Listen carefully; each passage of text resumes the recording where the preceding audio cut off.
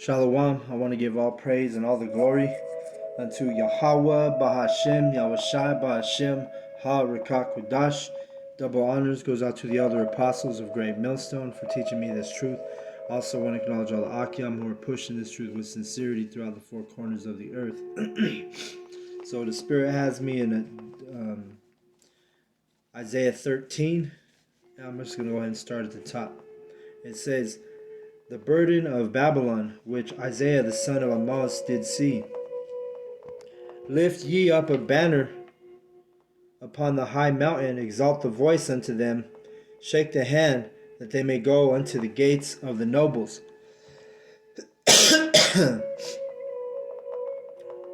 So let me see something real quick.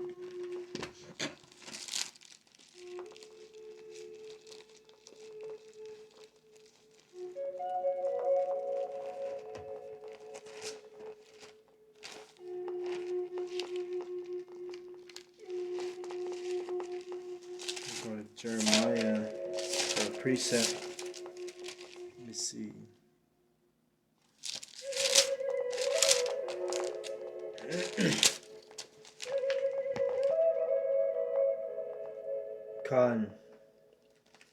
Let me read that verse again. "Lift ye up a banner upon the high mountain, exalt the voice unto them, shake the hand, that they may go into the gates of the nobles." And a precept says, "Declare Jeremiah 50:2, declare ye among the nations, and publish and set up a standard, publish and conceal not. Say, Babylon is taken, Bel is confounded, Merodach is broken into pieces, her idols are confounded, her images are broken in pieces." Okay, so this is spiritual. This is Babylon the Great, right? So that banner is this truth. You know, this is what we're lifting up on this high mountain, because the mountains are metaphors for governments. Okay, so by us doing this truth, doing this knowledge, giving this knowledge to feeding the flock, that's how we set that banner up on the high mountain. All right. Verse 3, "I have commanded my sanctified ones, I have also called my mighty ones for mine anger, even them that rejoice in my highness." See? So who are his sanctified ones? The sanctified are the men of the Lord, are the elect, starting out with the prophets. Okay? And what cleanses us? What cleanses us? Because sanctified means cleaning. It's like sanitized, purified. We're purified, we're washed by this truth. This truth washes our head, our mind. They say, "Oh, you're brainwashed." And that sounds bad, right? But no, when you're brainwashed by this knowledge and this truth, that's a good cleansing. That's a good brainwash. You should be brainwashed by Yahweh Bashem Yahushai and his scriptures, you see? So it says, "I have commanded my sanctified ones." That's us, right? He's commanded us to what? To teach, to feed the flock, to seal the elect. "And I also called my mighty ones for mine anger." Who are his mighty ones? Those are the angels. Because you have Esau, he has his mighty men who are going to fight in the World War III against Yahushai and the angels. And Yahweh has his mighty ones. His mighty ones are the angels. See? And he says, "I have also called my mighty ones for mine anger." Why? Because they're going to cast destruction on this place. And they're angry. See? Starting out with Yahushai. See, let's get that real quick. Matthew 10:34. It says, "Think," this is Yahushua talking, "think not that I come to send peace on earth. I came not to send peace, but a sword." Okay?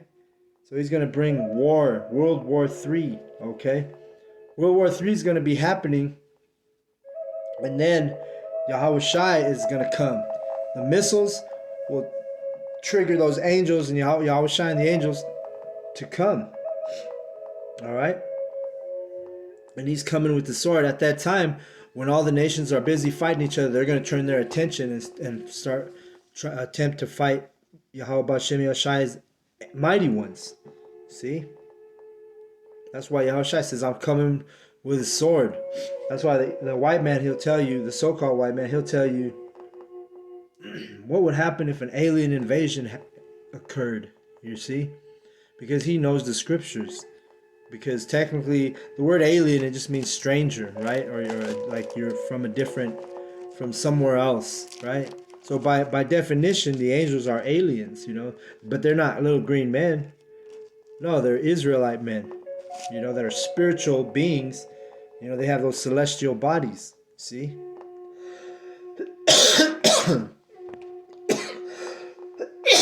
Excuse me.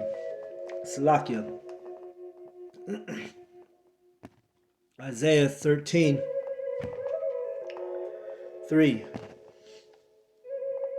I'm sorry, I'm at 4. The noise of a multitude in the mountains, like as a great people, a tumultuous noise of the kingdoms of the nations gathered together. Yahweh of hosts mustereth the host of the battle. All right. And that's what it is.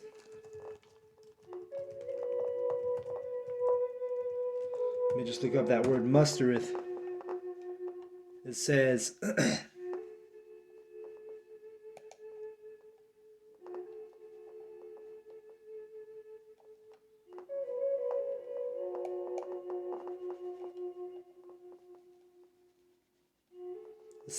third person singular simple present indicative form of muster. All right, so let me see. All right, so I'm not really getting a good definition on that word, so we'll move on. But Yahweh is the one who's putting these, gathering up these armies. He's the one who's stirring up the nations to where World War III is eventually going to pop off. See? That's what that verse is saying. Verse 5, they come from a far country, from the end of heaven, even Yahweh, and the weapons of his indignation to destroy the whole land. See? Showing you those chariots. They're gonna do a number on not only Babylon the Great, but all these other heathen nations are gonna get it. Verse 6, howl ye, for the day of Yahweh is at hand. It shall come as a destruction from the Almighty. Right? And that word woe, it means destruction. So in Revelations, it speaks about the 3 woes, right? World War I, World War II, and World War III, that third woe, right? And that's what we're waiting on, that third woe to come, which is going to bring destruction like you've never seen before. Not only from the missiles, but also from the chariots and the mighty angels. See, Yahweh's mighty men. Verse 7, therefore shall all hands be faint, and every man's heart shall melt. Yeah, these people, these men, are going to be like vulnerable women. Basically says like travail, a woman in travail. That's how the men are going to be. And Esau's mighty men are going to be, they're going to be like little bitches when it comes to fighting Yahweh B'Shem Yahushai. His mightiest men are going to be turned into, little bitches in that day, for a lack of a better term. See? Verse 8, and they shall be afraid. Pangs and sorrows shall take hold of them. Here it is. They shall be in pain as a woman that travaileth. They shall be amazed one at another. Their faces shall be as flames. Right? And why is that? Because all that fire burning around them, man. You're going to have nuclear fire. You're going to have chariot fire. Verse 9. Behold, the day of Yahweh cometh cruel, both with wrath and fierce anger, to lay the land desolate, and he shall destroy the sinners thereof out of it. So who's going to get fucked up? The sinners. Who are the sinners? Everyone's a sinner. But guess what? There's a redeemed group which is going to be called the elect in the scriptures. All right? Lord will, I'm in that number. See? I'm doing the work. Why? Because I want to make myself worthy as an elect person. More exclusive prophet. A prophet of Yahweh B'Shem Yahushai. See? Verse 10. For the stars of heaven and the constellations thereof shall not give their light. The sun shall be darkened in his going forth, and the moon shall not cause her light to shine. You see, so there's going to be some major changes. So when the destruction comes, people aren't going to, they're not going to be questioning things anymore. They're going to know Yahweh Bashem Yahushai is the Lord of hosts, which means the Lord of armies, right? And I will punish the world for their evil, and the wicked for their iniquity. And I will cause the arrogancy of the proud to cease, and will lay low the haughtiness of the terrible. So if you're proud, if you're walking in that Esau Edom spirit, walking around proud and shit, Yahweh Bashem Yahushai is gonna take care of that for you. Okay? You're arrogant. You know, you got that Esau Edom spirit. That ain't gonna happen. That ain't gonna be. You're not gonna be around after that day, after the day of destruction. Yahweh's gonna fuck you up, right? Verse 12: I will make a man more precious than fine gold, even a man than the golden wedge of Ophir, right? So the men, when you go to that word precious, it means rare. And it's not just any man. It's dealing with men of the Lord who are still around after the destruction. Because when you go to Isaiah 4, and I'm going to go to 5. Let me see. Actually, let's go to 3. And it shall come to pass that he that is left in Zion and he that remaineth in Jerusalem shall be called holy, even every one that is written among the living in Jerusalem. So that's what it is. The men of the Lord, they're going to be holy, separate. There's going to be there's going to be something very special about the man of the Lord who's able to endure to that day. See, you're going to be called holy, which means, separated and purified, sanctified. That's why we're likened unto that, more precious than gold. Because it tells you in Isaiah 33 and 6, and wisdom and knowledge shall be the stability of thy times and strength of salvation. The fear of Yahweh is his treasure. So see, when we have that fear that we have of Yahweh Bashem Yahushai, that's our treasure. And guess what? The knowledge that we have in this scriptures is what's going to be our stability. That's what's going to make us more precious than gold. All right, because gold is a rare element in the planet Earth. You have tons of clay, but the gold is there's not as much gold as there is clay. So that's why it says the men who have this understanding and this knowledge, they're going to be even more precious than that little bit of gold that you can find compared to the whole earth. See? Isaiah 13 and 13. Therefore I will shake the heavens, and the earth shall remove out of her place in the wrath of Yahweh of hosts, and in the day of his fierce anger. See? So the heavens are going to shake, the earth is going to move out of her place, meaning that axis is going to, going to be tilted. Verse 14. And why? Because those missiles and all that destruction is going to cause the earth to move out of its place. And it shall be as a chased roe, and as a sheep that no man taketh up. They shall every man turn to his own people, and flee everyone into his own land. Right? Every one that is found shall be thrust through, and everyone that is joined unto them shall fall by the sword.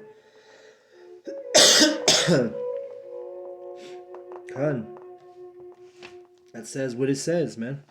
Their children also shall be dashed to pieces before their eyes. Their houses shall be spoiled, and their wives ravished. And that word ravished, it means to take hold of, to grab. Meaning men are going to just be snatching women. There's going to be a time, before the total destruction where Jacob's trouble is going to get so crazy. It's going to be like that movie, I Am Legend with Will Smith, you see. Women are going to be like freaking out because they're going to be targets in that day. There's not going to be no police to help you. The military is not going to be helping you. You see? Verse 17, Behold, I will stir up the Medes against them, which shall not regard silver. As for gold, they shall not delight in it. And the Medes are the Russians, right? Magog is Russia, but the Medes are also dealing with Russia, okay? So that's what's happening. That's why you see the Russians, getting ready to, that Russian bear is starting to become aggressive, you see? It says in verse 18. Their bows also shall dash the young men to pieces, and they shall have no pity on the fruit of the womb. Their eyes shall not spare children.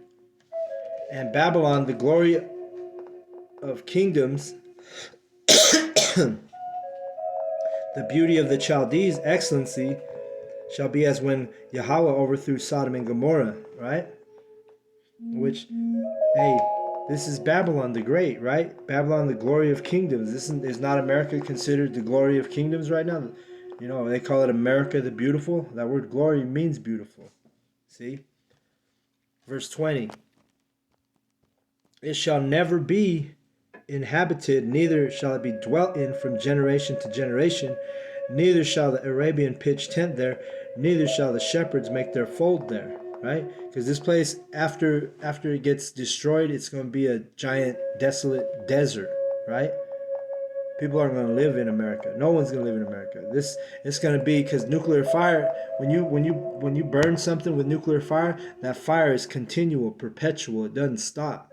So that's why, it's not going to be inhabitable. But that fire will constantly be burning, and we'll be able to look at it in that day as a memorial. America is going to be a memorial, basically a monument, meaning like something for us to remember, right? We're going to remember the wickedness of this place. We're going to remember, like, oh shit, we seen that fire continually burning. Like, oh man, I remember that place. That place really, really had it coming to it. You know what I mean? And it's going to be destroyed. That's why we have to put our faith in Yahweh Bashem Yahushai. All right? Because we don't want to be destroyed right along with the heathen and this wicked nation, Babylon the Great. Verse 21. But wild beasts of the desert shall lie there, and their houses shall be full of doleful creatures, and owls shall dwell there, and satyrs shall dance there. Right? So you're going to have these unclean animals. They're the only things that are going to be around in Babylon the Great. Those type of creatures. Even the owls will be here. See? But everything else is going to be desolate and burnt up, man. That, it's going to be like something that comes to mind is that movie The Lion King, when Scar was ruling and that land was desolate and it looked like shit. That's what America's going to be, And the wild beasts of the islands shall cry in their desolate houses, and the dragons in their pleasant palaces, and her time is near to come, and her days shall not be prolonged. Right? And whose time is near to come? Babylon. Babylon the Great is, we're getting closer. The prophecies just have to be fulfilled in order, which the one on the table right now we're waiting on is that RFID microchip. See? CHIP. Once that comes out, that destruction's coming real soon after that, all right? That's why it says her days shall not be prolonged. Her time is near to come. And brothers, we're in those days right now. That's why you have the President Biden. He's signing executive orders on the digital currency. You see, this is where they're moving to, the Great Reset. They're moving to this digital currency, and where are they going to store that? They're going to store that. Your digital currency is going to be stored on your RFID CHIP. All right, and once that is mandated, just like they did with the jump shot, hey, the missiles and everything else, the other prophecies will soon come after. All right, like it tells you, it says what do we read it? Her time is near to come, and her days shall not be prolonged. So it's time to get right with Yahweh Bashem Yahushai, and make yourself worthy, and really just start. You got to repent if you're an Israelite, man. All right, because Babylon's future is nuclear fire, okay, chariot fire. So with that, I want to give all praises and all glory unto Yahweh Bahashem Yahushai Bahashem Ha Rakakwadash. Double honors goes out to the elder apostles of Great Millstone for teaching me this truth. Also, I want to acknowledge all the Akyam who are pushing this truth with sincerity throughout the four corners of the earth. And shalom to the elect. Shalom.